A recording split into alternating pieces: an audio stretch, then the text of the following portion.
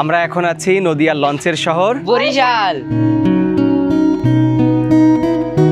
বরিশাল বাংলাদেশের দক্ষিণ অঞ্চলের একটি প্রধান শহর। কীর্তনখোলা নদীর তীরে মোগল আমলে স্থাপিত লবণ চৌকি গির্দে বন্দরকে কেন্দ্র করে এ শহর গড়ে ওঠে। 1801 সালে বরিশালে তৎকালীন বাকেরগঞ্জ জেলার সদর দপ্তর স্থাপিত হলে শহর হিসেবে এর ব্যাপক গুরুত্ব বাড়ে। বরিশালকে বলা হতো প্রাচ্যের ভেঞ্চি। অসংখ্য নদী দ্বারা বেষ্টিত এই জেলা ইতিহাস, ঐতিহ্য আর প্রাকৃতিক সৌন্দর্যে ভরপুর। এবারে একদিনে বরিশাল ভ্রমণে বেশ কয়েকটি সুন্দর স্থান ঘুরে দেখেছি। কথায় আছে নদিয়ার লঞ্চের শহর বরিশাল, তাই আমরা প্রথমেই ঘুরে দেখব বরিশাল লঞ্চ ঘাট। এরপর আমরা চলে যাব বরিশাল শহরের মধ্যে অবস্থিত সুন্দর একটি শিশু পার্কে। তারপর আমি আপনাদের নিয়ে যাব মুঘল আমলের মনোমুগ্ধকর সৌন্দর্য নিদর্শন করাপুর মিয়াবাড়ি মসজিদ। আর সবশেষে আমরা ঘুরে দেখব কীর্তনখোলা নদীর পাড়ে দারুণ সুন্দর অ্যাডামস পার্ক। তাহলে আর দেরি না করে চলুন ভিডিওটি শুরু করা যাক। হ্যালো এভরিওয়ান, আসসালামু আলাইকুম। আশা করি সকলেই ভালো আছেন। This is bike traveller Tahidul Islam and welcome to my YouTube channel bike traveller Tahidul.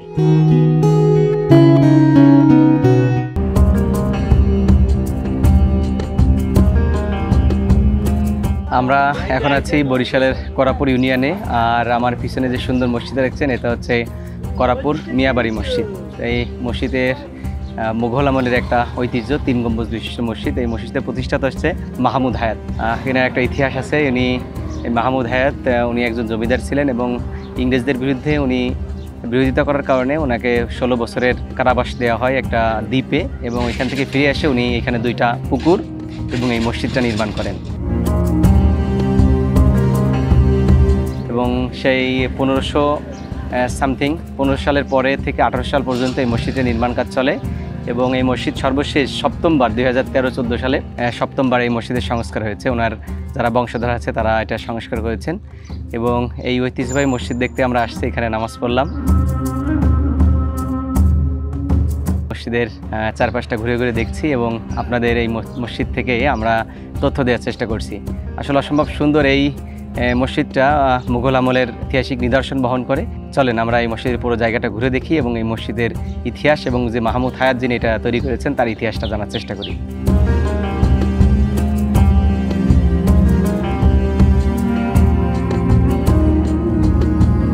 Karapur Miabari মসজিদটি মুঘল আমলে নির্মিত বাংলাদেশের একটি প্রাচীন মসজিদ। এই মসজিদটি দ্বিতল বিশিষ্ট। মসজিদটি দেখতে যেমন সুন্দর তেমনই কারুকার্যমণ্ডিত।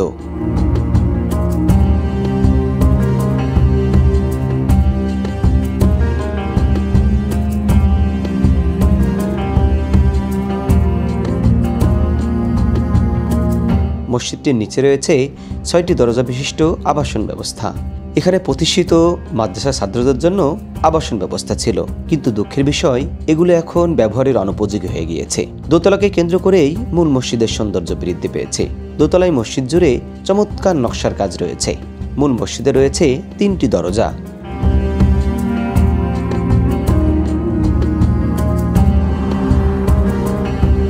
মসজিদের চারপাশে পিলারের উপর নির্মিত হয়েছে 8টি বড় মিনার। বড় মিনারগুলোর মাঝে রয়েছে ছোট ছোট 12টি মিনি মিনার। মসজিদের মাঝখানে রয়েছে বড় 3টি গম্বুজ। মাঝখানের গম্বুজটি সবচেয়ে বড়, যার ভিতরের অংশ রয়েছে কারুকার্যময় সুন্দর নকশার সমাহার।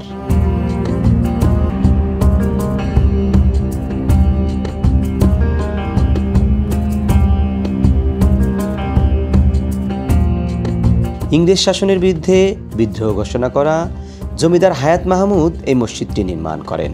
বিদ্রোহের কারণে ইংরেজ শাসকেরা তাকে প্রিন্স অফ ওয়েলস দ্বীপে নির্বাসন করেন এবং তার জমিদারি ছিনিয়ে নেন। ইংরেজরা তার উমেদপুরের বাড়িটিও কেড়ে নেয়। দীর্ঘ 16 বছর নির্বাসনে থাকার পর দেশে ফিরে তিনি 2টি দিঘি এবং দোতলা একটি মসজিদ নির্মাণ করেন।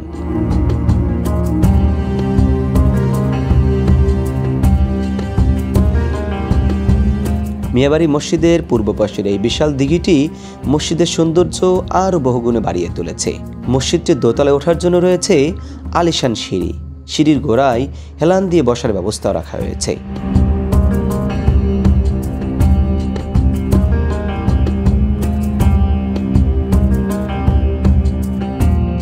মসজিদটি প্রাচীনকালে ইসলামপ্রিয় মানুষের রুচি ও স্থাপত্য শিল্পের সৌন্দর্য বর্ধনে সুউচ্চ মানসিকতার পরিচয় বহন করে।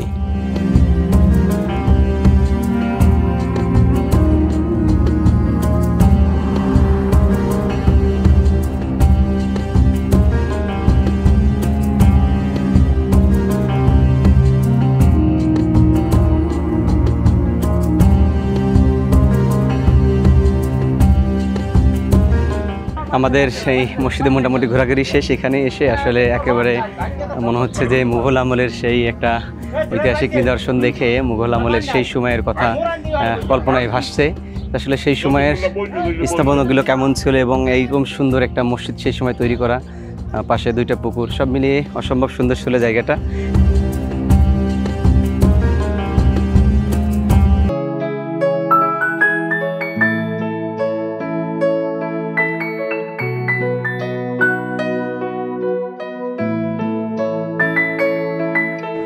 আমরা এখন আছি বরিশাল প্ল্যানেট পার্ক। এই পার্কে ঘুরতে আসছে, বেলস পার্কের পাশে। ব্যাগনেরা তারা রেডি, দুজনে টিকিট কেটে। চলো আমরা ভিতরে প্রবেশ করি নাকি? টিকিট কই? টিকিট দেখাও। আমরা টিকিট কেটে রেডি।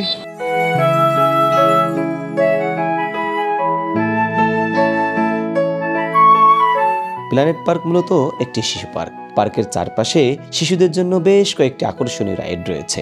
তবে রাইডগুলো এনজয় করতে চাইলে আপনাকে আলাদা অর্থ ব্যয় করতে হবে, এবং রাইডগুলো এনজয় করতে চাইলে অবশ্যই আপনাকে বিকালে আসতে হবে, কারণ সকালে রাইডগুলো বন্ধ থাকে।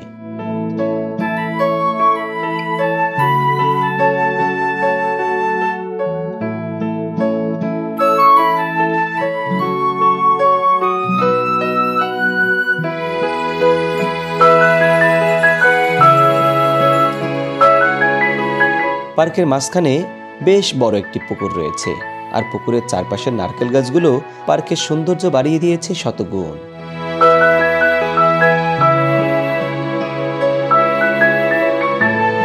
আমরা এখন আসছি, এই পাশে একটা সুন্দর পুকুর আছে, পুকুরের মধ্যে প্যাডেল বোট আছে কয়েকটা। ইচ্ছা করলে আপনারা এখানে এসে এই প্যাডেল বোটে নিজেরাই ঘুরতে পারবেন, এনজয় করতে পারবেন। আর এখানে সবচেয়ে আকর্ষণীয় যে জিনিসটা দেখেছি সেটা হচ্ছে এই পাশে পানির মধ্যে একটা রাইড। এই রাইডে ইচ্ছা করলে পুকুরের উপর দিয়ে আপনাকে ঘুরাই নিয়ে যাবে। খুবই সুন্দর এই রাইডটা। এই জায়গাটা খুবই ভালো লেগেছে আমার কাছে, চমৎকার। মাঝখানে পুকুর, চারপাশটা পার্ক। পার্কটা কিন্তু খুব বেশি বড় না, একেবারেই সিমসাম ছোটোখাটো। আসলে পারে বাচ্চাদের খুবই ভালো লাগবে এবং এনজয় করতে পারবে তারা।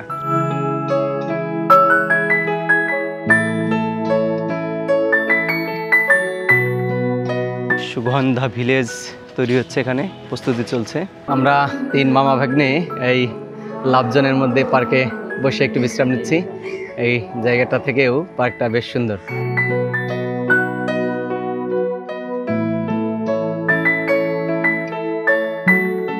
পার্কের চারপাশে বেশ কয়েকটা ফুড কর্নার আছে। আপনারা আসলে বাচ্চাদের জন্য বিভিন্ন ধরনের খাবার আছে, রেডিমেড অথবা এখানে তৈরি করে দিচ্ছে, এরকম খাবার আছে।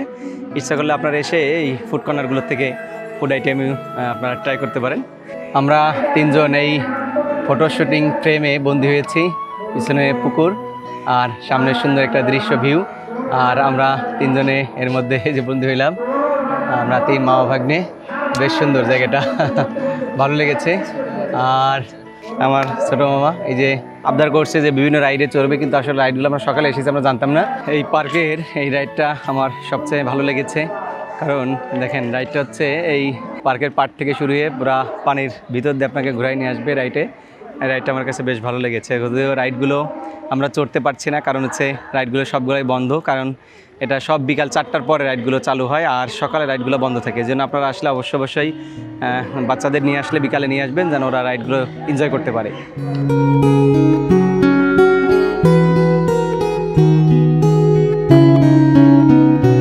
আমরা এখন আছি বরিশালের লঞ্চ টার্মিনাল, আর বরিশালে আসবো, লঞ্চ ঘাটে আসবো না, এটা তো হতেই পারে না। এই জন্য আমরা এখানে লঞ্চ ঘাটে আসছি। আসলে লঞ্চ ঘাট আমার খুব বেশি জানাশোনা নাই, দেখাও নাই, এরকম করে সুযোগ হয় নাই কখনো। ঢাকা সদরঘাটে আমি একবার গিয়েছিলাম লঞ্চ ঘাটে, তাছাড়া এরকম বড় লঞ্চ ঘাটে কখনো আসা হয় না। বরিশাল লঞ্চ ঘাটটা বেশ বড় এবং এখানে অনেক বড় বড় লঞ্চ, বাংলাদেশের সবচেয়ে বড় বড় লঞ্চ চলে হচ্ছে বরিশাল টু ঢাকা। সুতরাং আমরা লঞ্চ ঘাটে আসছি, চলেন লঞ্চ ঘাটটা একটু ঘুরে দেখি।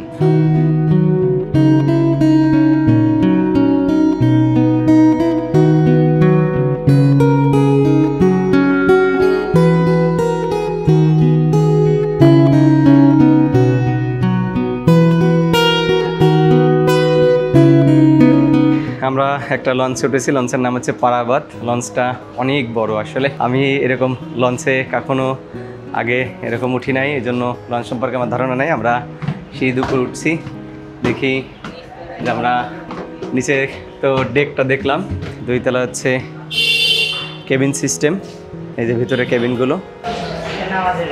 এই পাশে আরও অনেক বড় বড় লঞ্চ আছে। এই পাশেটা হচ্ছে সুন্দরবন বাংলাদেশ অভ্যন্তরীণ নৌ পরিবহন কর্তৃপক্ষ বরিশাল নদী বন্দর। এই লঞ্চটার নাম হচ্ছে কুয়াকাটা 2। লঞ্চের ভিতরে আমরা ঘুরছি এবং ঘুরে ঘুরে দেখছি আশেপাশে। 2 তলায় উঠেছি, 3 তলায় দেখি আমরা যাচ্ছি। এগুলো 2 তলার কেবিন সব, আর আমরা 3 তলায় উঠবো। আমরা 3 তলায় উঠছি 2 তলা থেকে। আমার পিছনে যে সুন্দর নদীটা দেখছে, নদীর নাম হচ্ছে কীর্তনখোলা। আর আমরা এখন আছি বরিশাল, আর বরিশাল হচ্ছে নদী আর লঞ্চের জন্য বিখ্যাত। আমরা লঞ্চ ঘাটে ঘুরতে আসছি, অর্থাৎ বরিশালের সবচেয়ে জনপ্রিয় যাতায়াতের একসময়ের যানবাহন ছিল হচ্ছে এই লঞ্চ। একসময় এই লঞ্চের এই ঘাটগুলো আসলে মানুষের পদচারণায় সবসময় মুখরিত থাকতো। এখন আসলে আমরা দিনের বেলায় যারা আসছি সবাই এরকম ঘুরতে আসছি, কারণ পদ্মা সেতু এবং পায়রা সেতু হওয়ার পর থেকে মানুষ এখন আসলে এই স্থলপথ দিয়েই বেশি যাতায়াত করছে, এবং এই নদীপথে যাতায়াতের পরিমাণটা কিন্তু দিন দিন একেবারেই কমে এসেছে। এবং আমি আসলে এরকম করে এত বড় বড় লঞ্চ কখনো এরকম কাছ থেকে উঠে ঘুরে দেখা হয় না আমার কখনোই।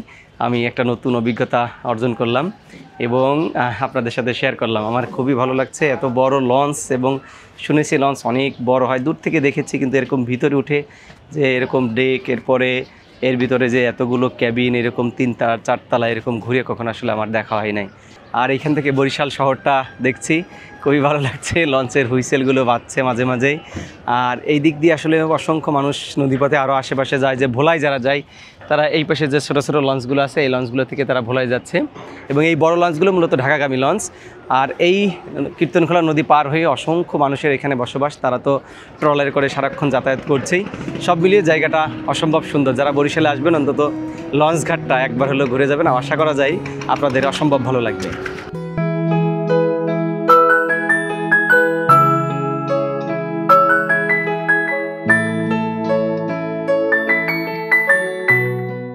আমরা এখন আছি বরিশালের মুক্তিযোদ্ধা পার্ক। এই কীর্তনখোলা নদীর পাড় দিয়ে আমরা হেঁটে যাচ্ছি। এখান থেকে নৌকায় চড়ে আমরা ওপারে চলে যাবো অ্যাডামস পার্ক। চলেন আপনাদের এই নদী পার হয়ে আমরা অ্যাডামস পার্ক থেকে ঘুরিয়ে নিয়ে আসি।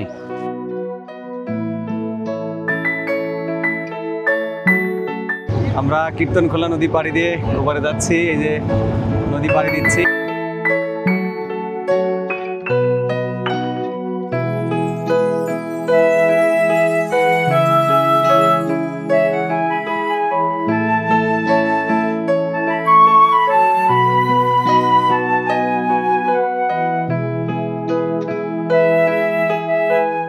নৌকায় কীর্তনখোলা নদী পাড়ি দিতে দিতে 2 পাশের সৌন্দর্যে মুগ্ধ হচ্ছিলাম।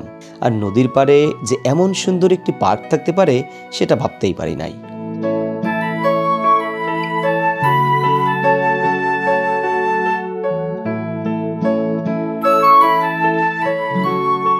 আমরা পার্কের মধ্যে প্রবেশ করেছি, আর পার্কের কিন্তু ঢুকে এই গেটটা দিয়েই আপনাকে মুগ্ধ করে দিবে। এই ঢুকেই বাম পাশে একটা রেস্টুরেন্ট আছে, অর্থাৎ এখানে প্রোগ্রাম করার মতো ব্যবস্থা আছে।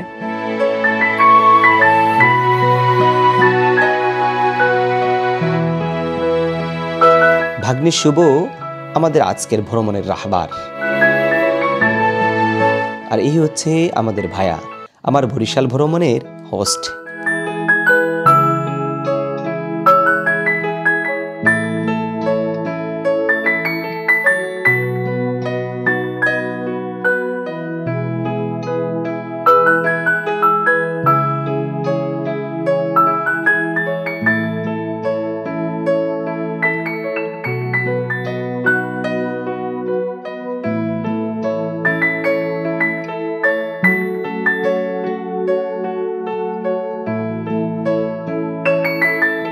পার্কের এই স্থানটি দারুণ সুন্দর। এখান থেকে পুকুরের ভিউটা ভীষণ সুন্দর লাগে। এই পুকুর পাড়ের ভিউ পয়েন্টটাতে আমরা ছবি তুলতে তুলতে একেবারে সন্ধ্যা হয়ে গেছে, প্রায় সূর্যাস্ত হয়ে যাচ্ছে।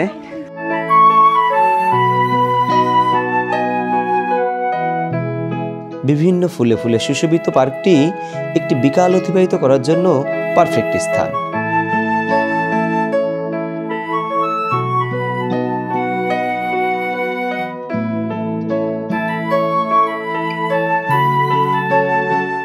আমরা একটা ভাসমান ভিউ পয়েন্টে আছি। এই পাশে আমরা যে পাশে ছিলাম তার ঠিক বিপরীত পাশে এখানে একটা ভাসমান ভিউ পয়েন্ট আছে, অর্থাৎ পানির টপ দিয়ে এই তেলের ড্রাম দিয়ে এই ভিউ পয়েন্টটা তৈরি করা।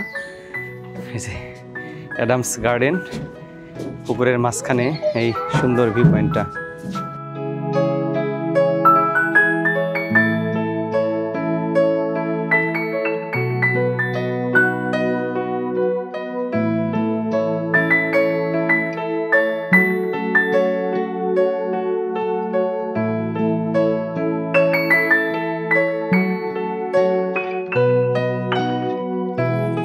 এখানের কৃত্রিম এই ঝর্ণাটি বেশ সুন্দর। বড় ভাগ্নে ছোট ভাগ্নের ছবি তুলে দিচ্ছে আর আমি সেটা ক্যামেরাবন্দি করছি। পার্কের পূর্ব দিকে পুকুর পাড়ে একটি জুস বার রয়েছে। অনেকক্ষণ হাঁটাহাঁটির পর এখানে এসে আমরা সকলেই জুস ও পানীয় পান করলাম।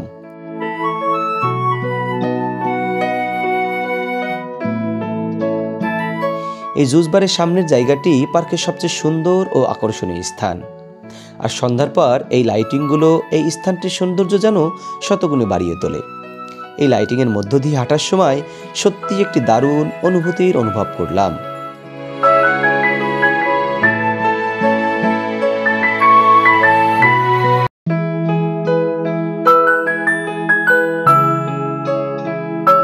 আমরা সবাই মিলে অসাধারণ একটি বিকাল অতিবাহিত করলাম এবং অনেক অনেক গল্প, হাসাহাসি আর আনন্দ ভাগাভাগি করলাম।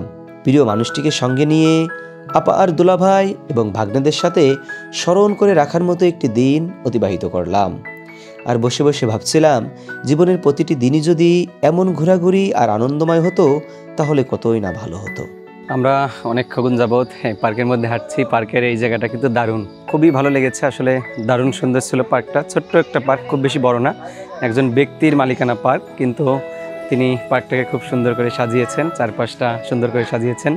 দেখ, আসলে বিকালটা কাটানোর জন্য, সন্ধ্যার পরেও আমরা এখন আছি, সন্ধ্যার পরে বিকালের সময় কাটানোর জন্য পার্কটা কিন্তু খুবই সুন্দর।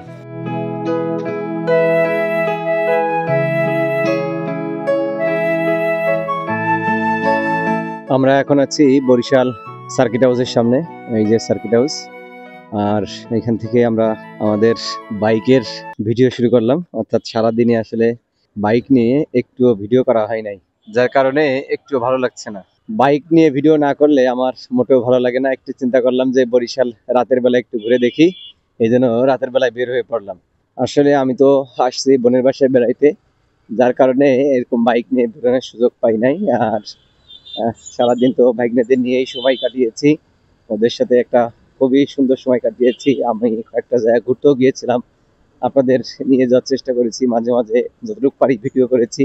ফ্যামিলি সময় কাটিয়েছি, অনেক ভালো একটা সময় কাটিয়েছি পরিবারের সবাই মিলে, যে জন্য আপনাদের ওইরকম ভিডিওটা সুন্দরভাবে করতে পারি নাই। চিন্তা করলাম রাতের বেলা একটু বের হয়ে পড়ি।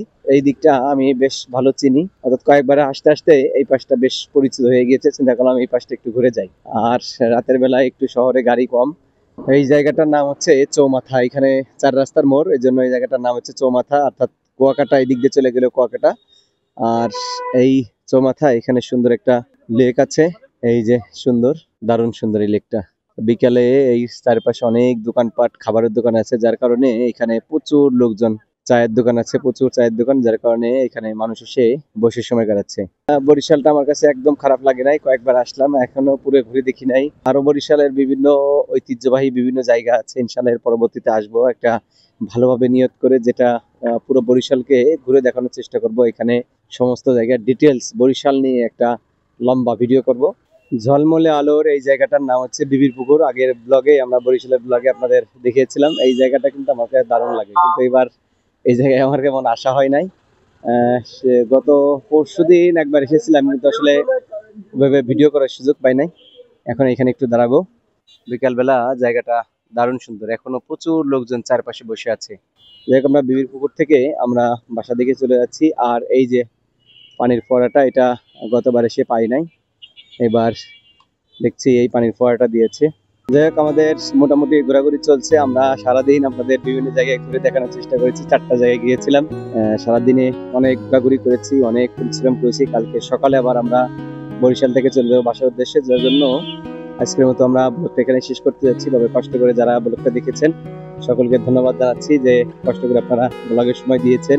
যাক, সকলের সুস্বাস্থ্য এবং দীর্ঘায়ু কামনা করে আজকের মতো ব্লগ এখানে শেষ করছি। সকলেই ভালো থাকবেন, সুস্থ থাকবেন। আল্লাহ হাফেজ।